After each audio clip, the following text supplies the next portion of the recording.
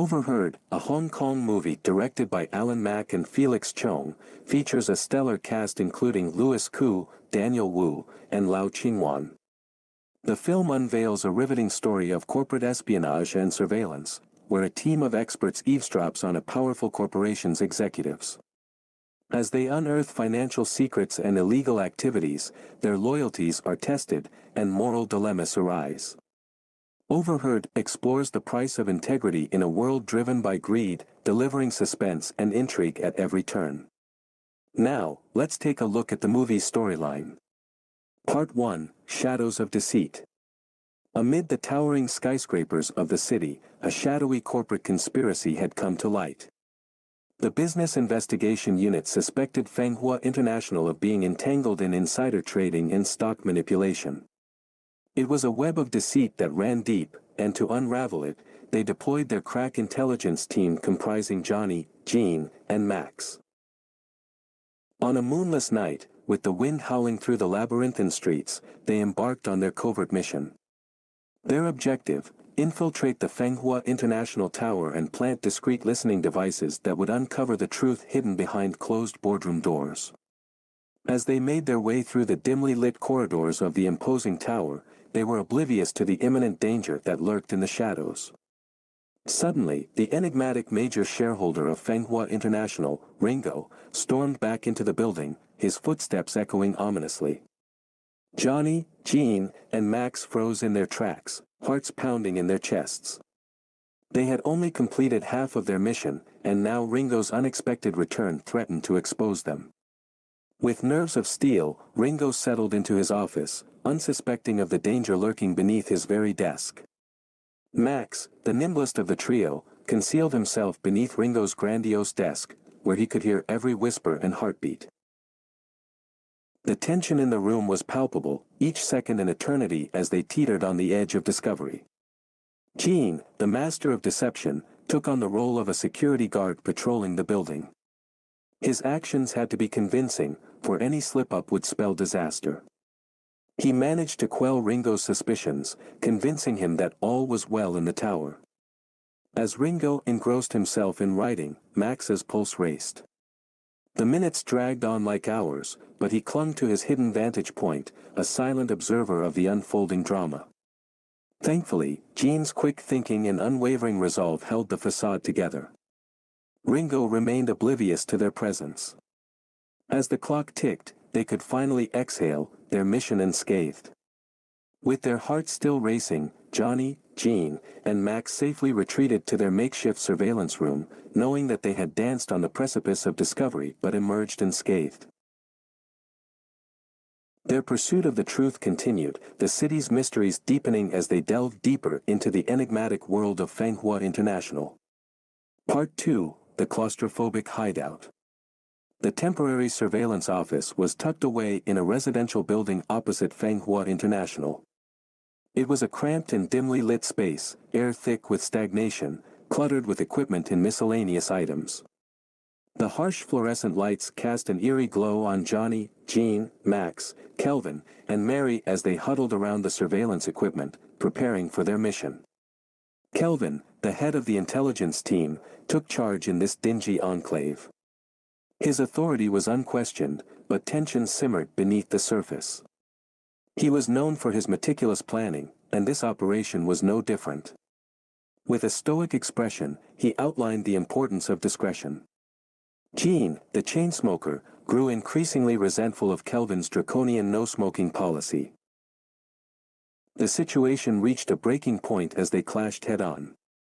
The room became an arena of arguments and accusations, with Max attempting to mediate and Mary watching nervously. Quick on his feet, Max intervened, trying to defuse the mounting hostilities. He knew that a divided team was a vulnerable one.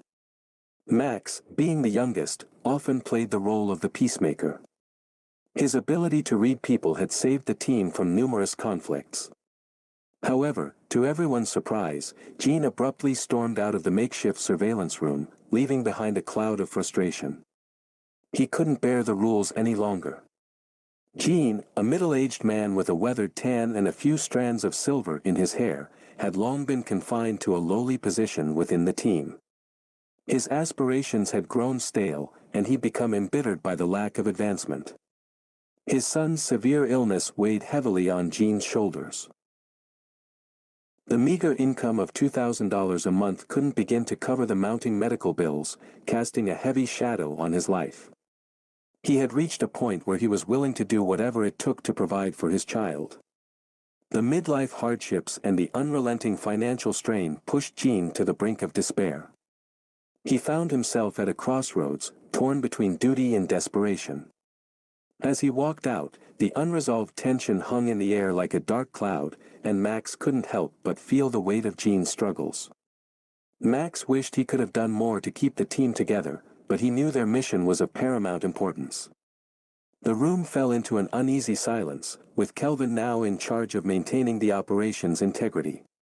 Part 3, The Rooftop Revelation. Johnny gazed out over the urban skyline from the rooftop.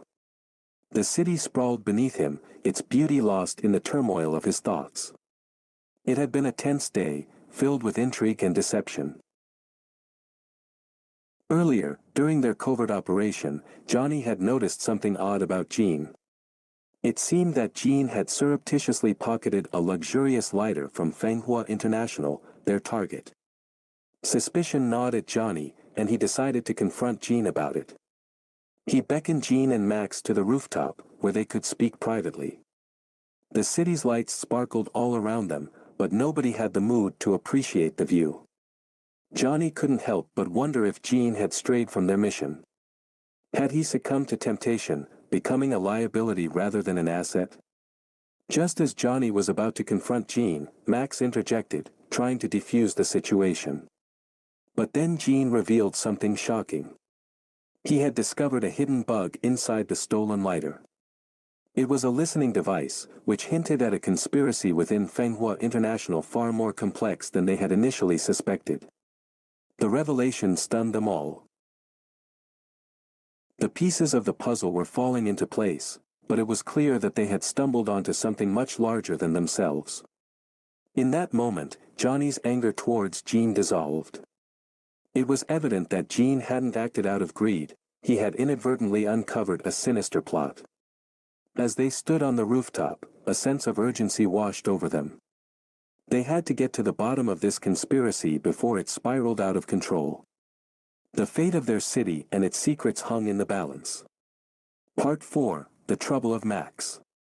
In the bustling city of Hong Kong, Max stood out among his colleagues. His tall and striking appearance, combined with a refined demeanor, made him a favorite among his superiors at the police department. Max was not only easy on the eyes but also a technical genius, destined for a bright future in the force. Despite his youth, Max's career prospects in the police department seemed promising. His dedication and intellect were undeniable, and he had all the makings of a rising star in law enforcement. However, there was a shadow looming over his seemingly perfect life. Max's girlfriend's father, David, is a prominent Hong Kong businessman. While the world saw Max as a rising star, David had his reservations. He believed that even if Max reached the rank of police commissioner, his monthly salary would only be a modest 180,000 Hong Kong dollars. In contrast, the head of security department at David's company earns a monthly income of 300,000 to 400,000 Hong Kong dollars. To Max, his career in law enforcement represented not just a job but a calling, a chance to make a difference in the city he loved. Yet, David's cold assessment of his future was not merely a critique of his financial prospects, it was an outright challenge to Max's sense of self-worth. The constant comparison to David's success in the corporate world left Max grappling with feelings of inadequacy. He believed in his ideals and the importance of his work, but David's doubts gnawed at his confidence and self-esteem. For any man, this was a deep blow to his pride and masculinity. Max couldn't help but wonder if his aspirations and dreams were nothing more than empty illusions. The internal conflict between his passion for policing and the pressure from his influential family-in-law created an enigma that Max found increasingly difficult to unravel.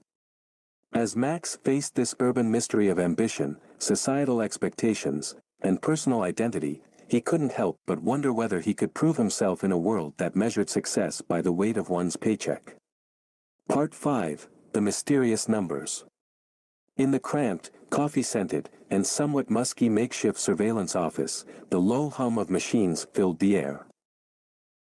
The atmosphere was tense, with colleagues huddled around monitors, trying to make sense of the data.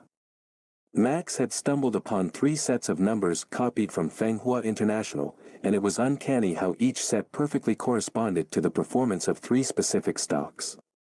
Without exception, these stocks had all seen gains exceeding 20%, and Fenghua International had invested over 50 million Hong Kong dollars into them. It was as if they had turned an overnight profit that could have sustained most people for a lifetime. The revelation had Jean's mouth dry and his heart racing as he contemplated his mundane life. Jean couldn't help but reflect on the daily grind he endured, waking up before dawn, sleeping less than a dog, and yet, all he had to show for it was a paltry salary. Frustration bubbled within him, and he cursed vehemently, vowing that these conniving individuals would not escape his wrath. Just then, Mary, a female colleague in the makeshift surveillance office, made a startling discovery. Johnny, disguised as a delivery driver, had once again infiltrated Fenghua International.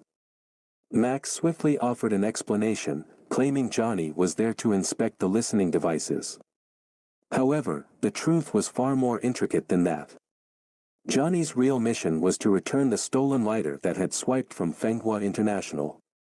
Of course, Max had already discreetly tampered with the bug inside the lighter before its return. Part 6, Friendship and Love. Max and Jean found themselves in an unusual situation. They were huddled together in the makeshift surveillance room, eavesdropping on the secrets of their colleagues. The room was dimly lit, with flickering fluorescent lights casting eerie shadows on the walls. The hum of the surveillance equipment provided an eerie backdrop to their conversation. Max and Jean, 2 office gossips, were eagerly discussing the illicit affair they had uncovered. Their faces lit up with excitement as they revealed that one of their male colleagues was involved in a passionate affair with the wife of the head of the business investigations department. Max and Jean reveled in the juicy details, savoring every moment of the scandal. As they continued to gossip, Johnny suddenly appeared in the doorway. With an air of righteousness, he scolded Max and Jean for their indiscretion. But Johnny's moral high ground was shaky at best, for he too had become entangled in another's relationship. Johnny was an ordinary-looking man who had led a mundane life for half a century. He had been carrying on a secret affair with Mandy, the wife of their team leader, Kelvin.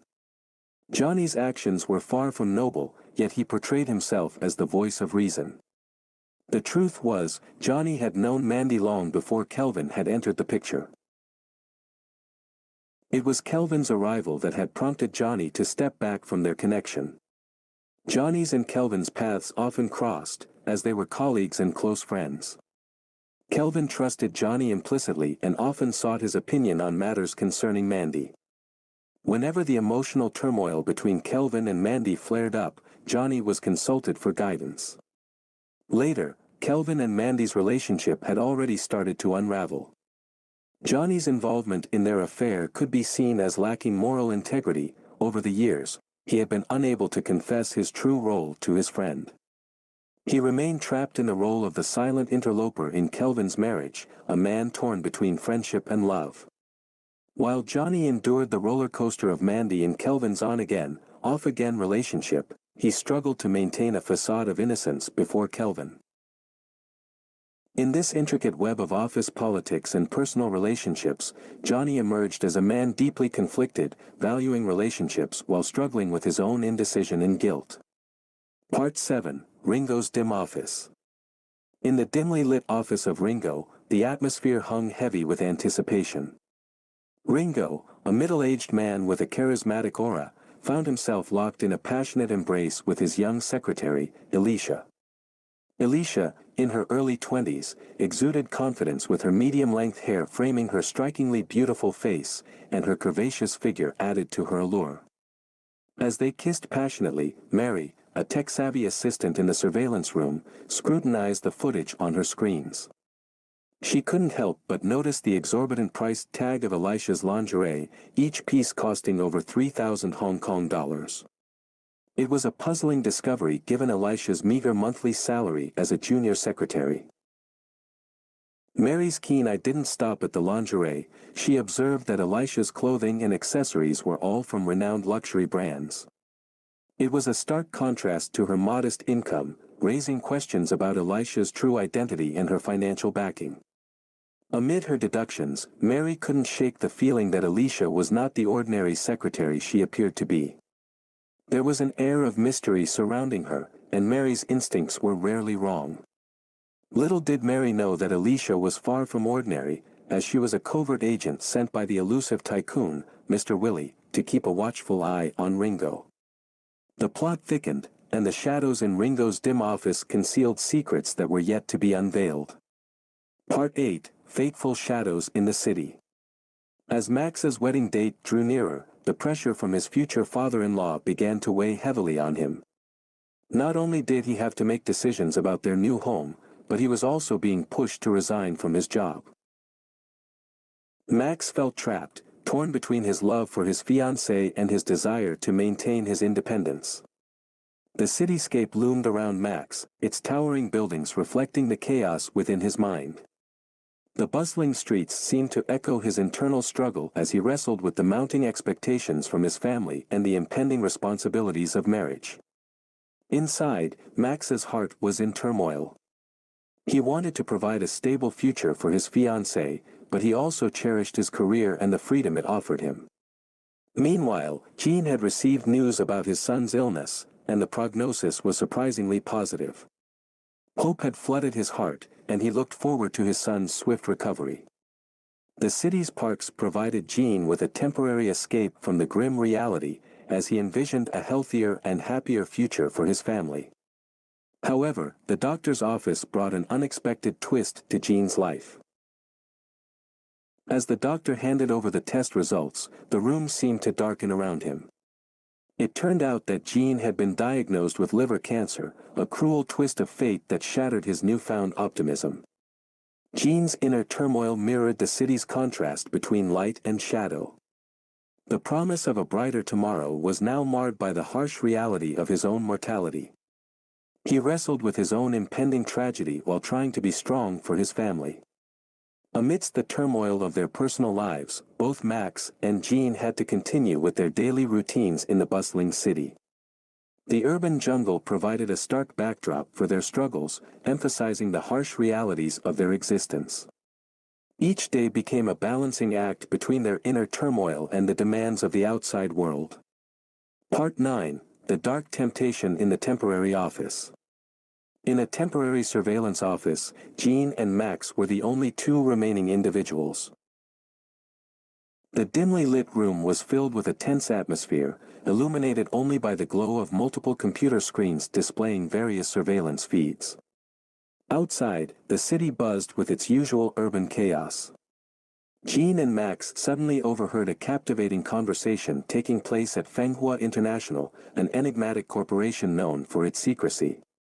The voices coming through the surveillance equipment hinted at something extraordinary, and the two eavesdroppers couldn't help but become engrossed. Ringo, a mysterious figure within Fenghua International, was divulging confidential information to Alicia.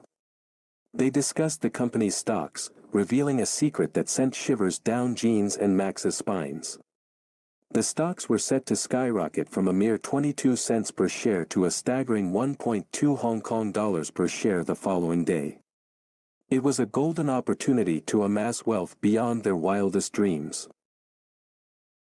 The temptation to seize this opportunity consumed Jean and Max. Their desires grew like an insatiable, bottomless pit, threatening to engulf their rationality. The promise of untold riches was too alluring to resist. Desperate for quick money, Jean persuaded Max to delete the recorded conversation before anyone else could access it. Max, a sharp and calculating individual, devised a cunning plan. He not only deleted the conversation but also added flirtatious exchanges between Ringo and Alicia, making it appear as if it were an illicit affair. Returning to the temporary surveillance office, Mary, an astute colleague, stumbled upon the altered conversation. She promptly erased the added romantic dialogues which in her thought was disgusting, unwittingly falling into Max's trap. Max had skillfully manipulated the situation to his advantage. He knew that if their superiors ever questioned them about the incident, he could easily shift all blame onto Mary. In the shadows of the bustling city, a web of deceit had been woven, and Max was the puppet master. As the city lights continued to flicker outside, Jean and Max harbored their dark secret, ready to exploit the impending stock market surge. The city's mysteries and temptations, much like the characters themselves, remained concealed beneath its urban facade, waiting for the moment to reveal their true nature. Part 10: The Intrigues of Jean and Max. In the heart of the bustling city, the stock exchange stood, its vast interior illuminated with the glow of countless computer screens. Traders occupied every available seat, their actions punctuated by the clicks of mice, ringing phones, and murmured conversations. It was a world of numbers and uncertainties. Jean and Max, two brothers with a penchant for schemes, believed they could outwit anyone. Little did they know that their secrets were an open book to Johnny, who knew them inside out. Johnny was a man of discernment, and he watched their every move with a shrewd eye. On the following morning, Jean and Max made their appearance at the stock exchange, their faces masked by confidence. However, their charade was short-lived as Johnny, lurking in the shadows, pounced on them, catching them red-handed in their dubious dealings. Initially, Johnny had no intention of listening to the brothers' explanations. He knew that once a lie was told, it would be followed by a web of countless more lies. However, the words that came from the brothers' mouths left Johnny torn once again, wrestling with his decision. Johnny's indecisiveness was on full display. Jean, afflicted by liver cancer and with less than a year to live, harbored a desperate wish to leave his wife and children with a substantial inheritance, so he has withdrawn all his money, 200,000 Hong Kong dollars. Max, eager to prove himself to his father-in-law, had borrowed a hefty sum of 5 million Hong Kong dollars at exorbitant interest rates and had already invested it in Fenghua International stocks. The die was cast, and there was no turning back. Caught between the bonds of brotherhood and the relentless pursuit of wealth, Johnny was forced to compromise once more. Part 11: Stock Market Opening. The stock market had just opened, and the screens at Fenghua International were ablaze with soaring stock prices. The atmosphere was charged with excitement as traders anxiously monitored the numbers. Jean, a shrewd investor, watched as the stock climbed steadily from 22 Hong Kong cents, reaching 70 cents. Jean leaned over and whispered to Max, "We should sell now while the price is high." He was eager to make a quick profit. Max, a more cautious investor, hesitated. He replied, "Let's wait a bit longer. If we sell now, we'll only make a few million Hong Kong dollars each." Max's reluctance was evident. He wanted to ensure that they all got a fair share of the profits. Max was known for his unwavering loyalty to his friends. As they debated, Johnny, the third member of their group, intervened. "Guys, don't be too greedy. Timing is crucial in the stock market," he warned. Max picked up his phone, ready to make a decision, when suddenly, the unthinkable happened.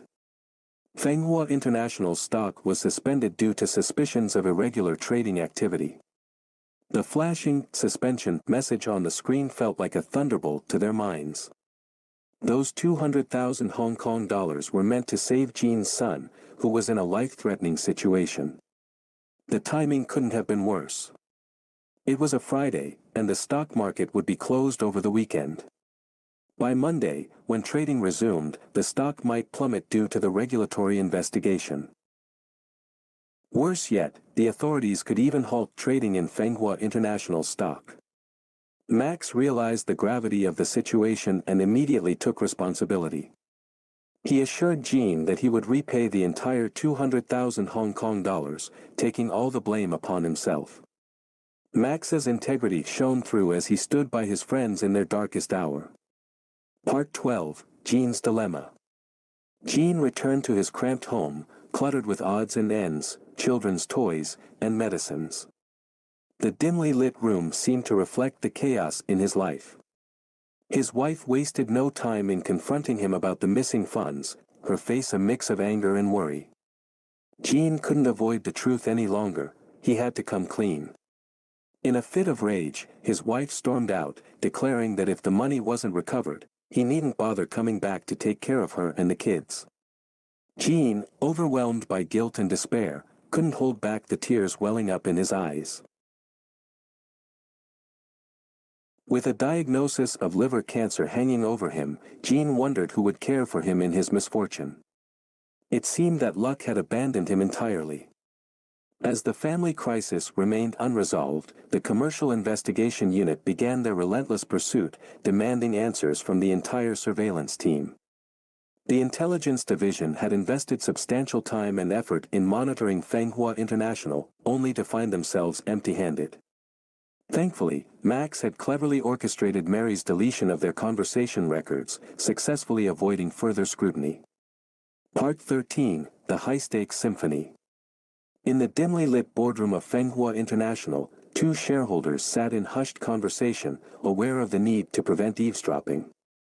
The soft hum of the air conditioning masked their words, but they cranked up the volume of the classical music playing in the background to ensure their privacy.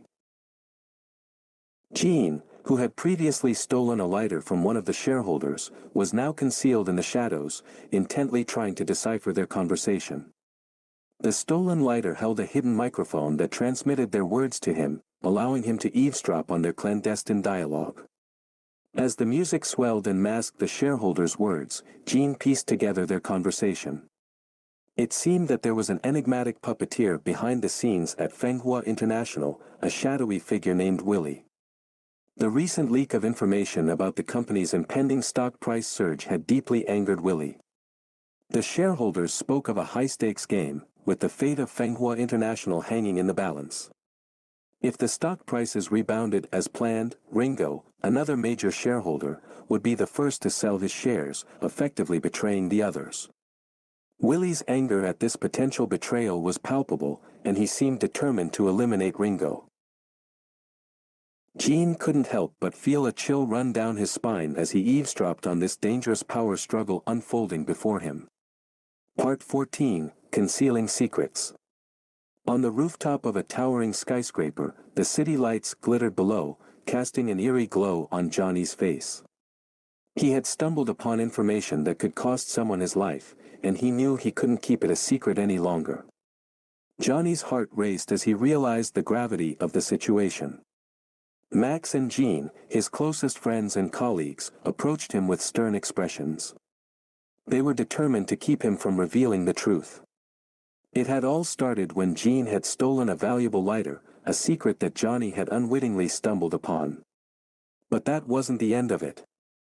Just moments ago, Gene had intercepted a crucial piece of information using his newly acquired listening device, and he hadn't reported it to their superiors as protocol dictated. The situation grew more ominous when Johnny, Max, and Gene realized that they had all invested heavily in Fenghua International stock, a company tied to the secrets they were keeping. If they were to confess now, it would not only ruin their careers but potentially land them in jail. Johnny's internal struggle between his sense of justice and his loyalty to his friends intensified. He found himself trapped in a moral quandary with no clear way out.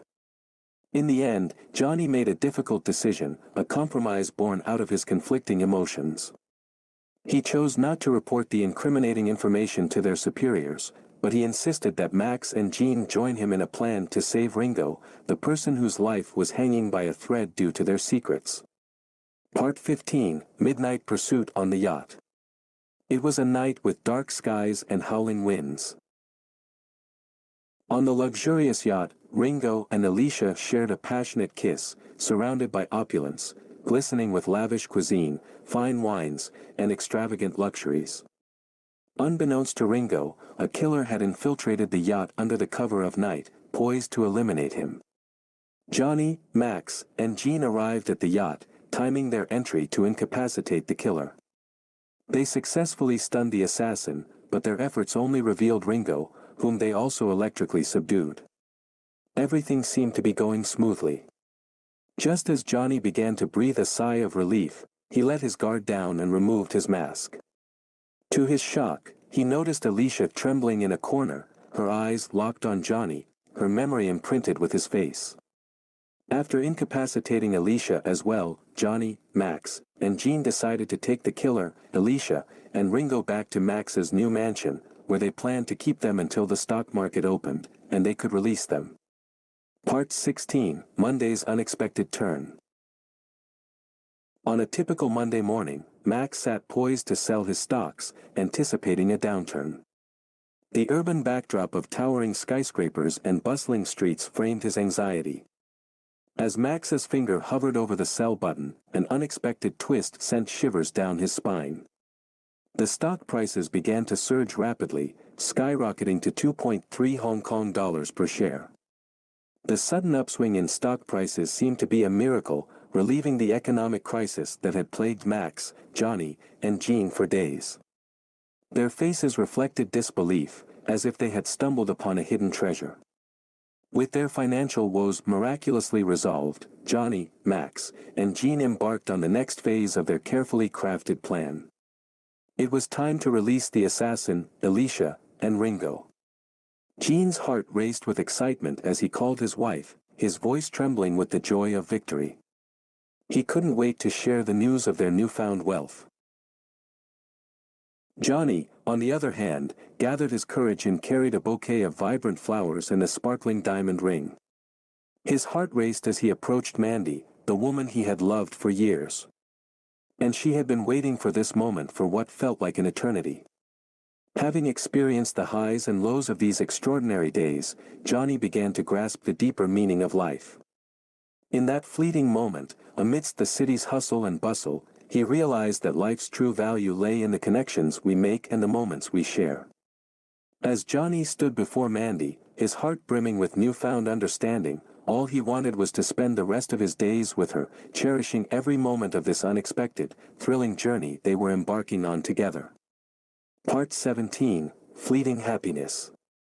Fenghua International stocks surged twice, bringing immense joy to its investors.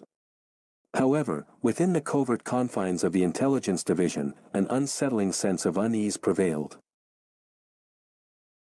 The absence of even a single lead on these stock surges left their leaders suspicious, wondering if there was a mole within their ranks. The leadership swiftly initiated a full-scale investigation, ordering the retrieval of all surveillance devices scattered throughout the office.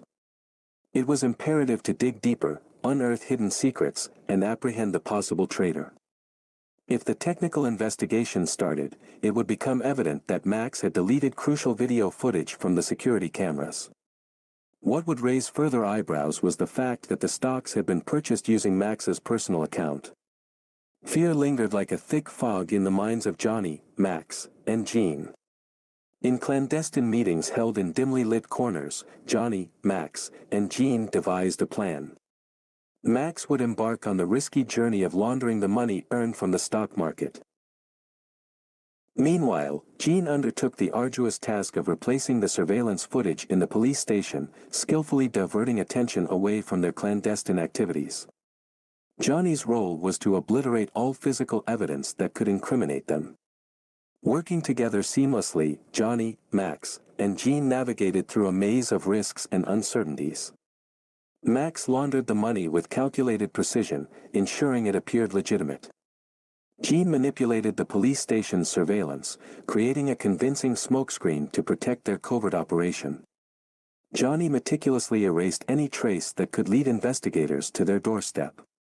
With unwavering determination and meticulous planning, the trio successfully averted the looming crisis. Part 18, The Alicia Revelation. Johnny, Max, and Jean, carrying the money, were about to leave the police station, unaware that Alicia had caught sight of them, especially Johnny. As Alicia's presence entered the scene, the plot took an unexpected turn. Upon arriving at Johnny's home, the surroundings were eerily quiet, punctuated only by occasional distant dog barks. Johnny, Max, and Jean quickly hid the money. Suddenly, Max revealed that the listening device in the stolen lighter that Jean had pocketed earlier had a limited range of only 200 meters.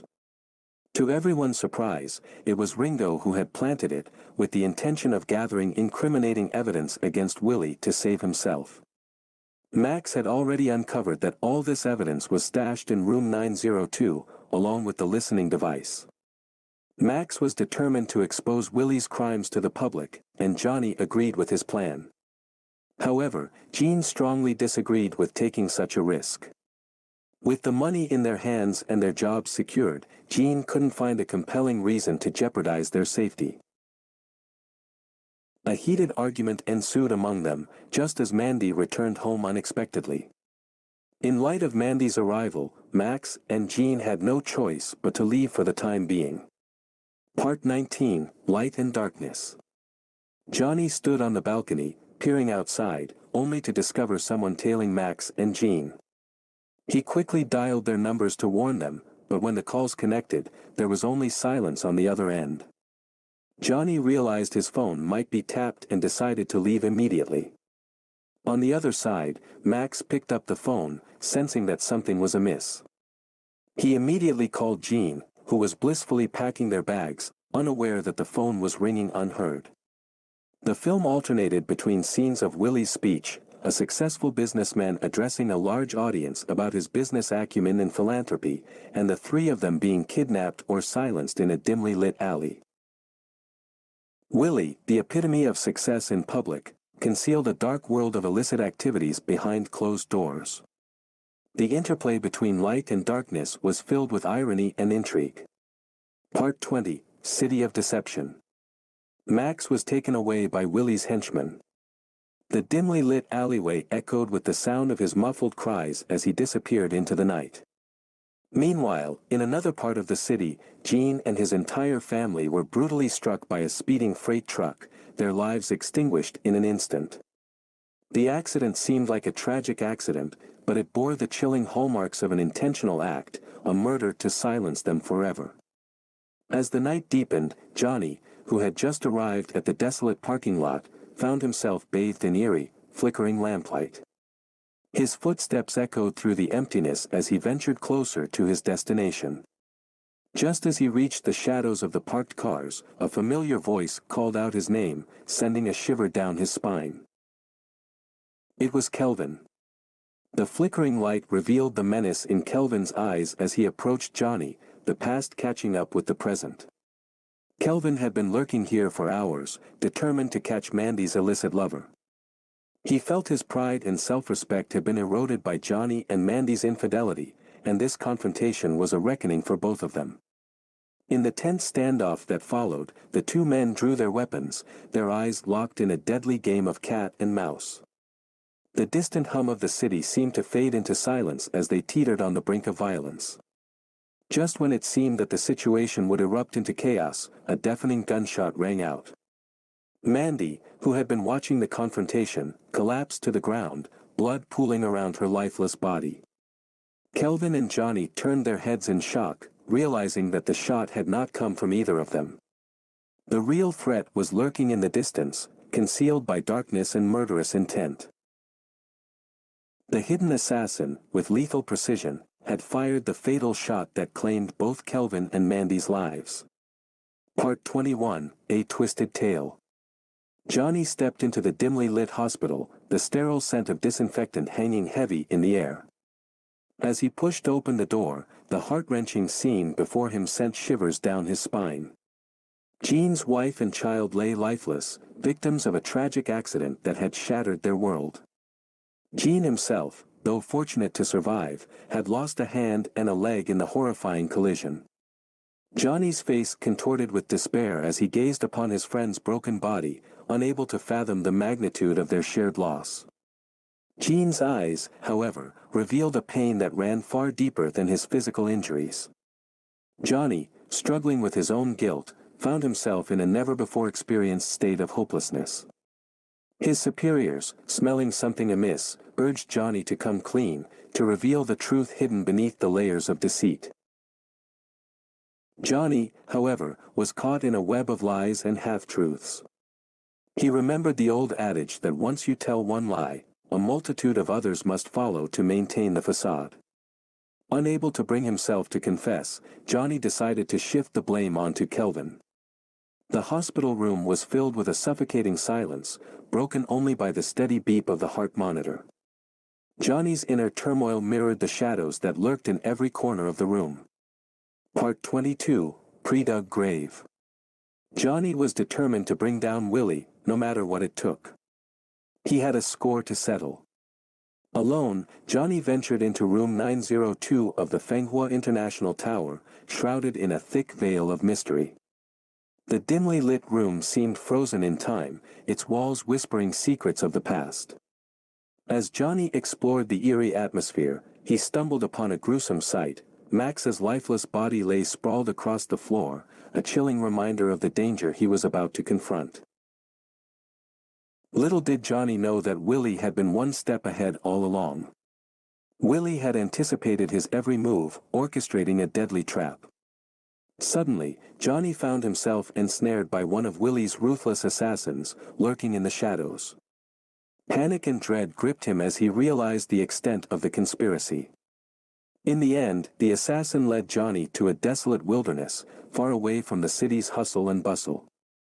The silence was deafening, broken only by the eerie howling of the wind and the occasional rustling of leaves. Under the cold, unforgiving moonlight, Johnny's heart pounded as he was forced to confront his own mortality. His thoughts raced, desperately searching for a way out of this nightmarish ordeal. With a single gunshot that shattered the silence, Johnny's life came to a gruesome end. The assassin had executed him, leaving his lifeless body to rest in a pre-dug grave, a haunting reminder of the relentless pursuit that had ultimately consumed him.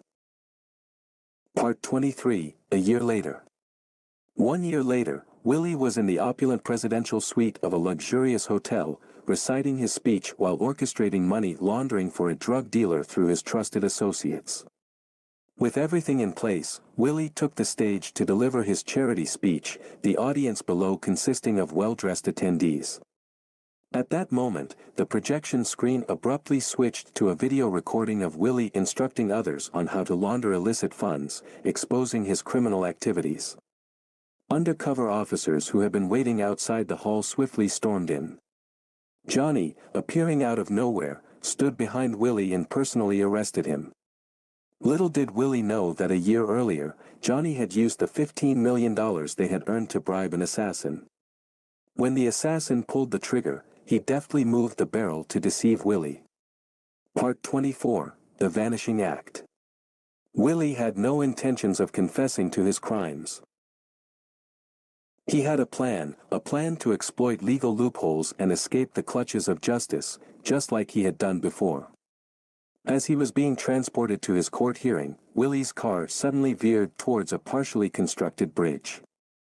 Panic washed over him, and he urgently signaled the driver to stop. To his shock, the driver turned out to be Gene, a man with a gruesome history of severed limbs. Willie's terrified expression mirrored the horror etched across Gene's face. In that moment, an overwhelming sense of despair and resignation enveloped them both.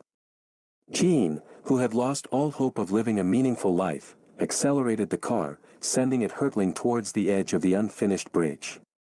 Perhaps, for Gene, this was the best choice, a way to escape the torment of a life he no longer wished to endure. The movie, Overheard, is a thrilling roller coaster of a movie, offering a compelling look at the price of integrity in a world driven by greed. A must-see for fans of suspenseful cinema. If you're interested in this movie, please purchase the original version for viewing. If you're satisfied with this movie explanation, please click like and subscribe, and leave a comment.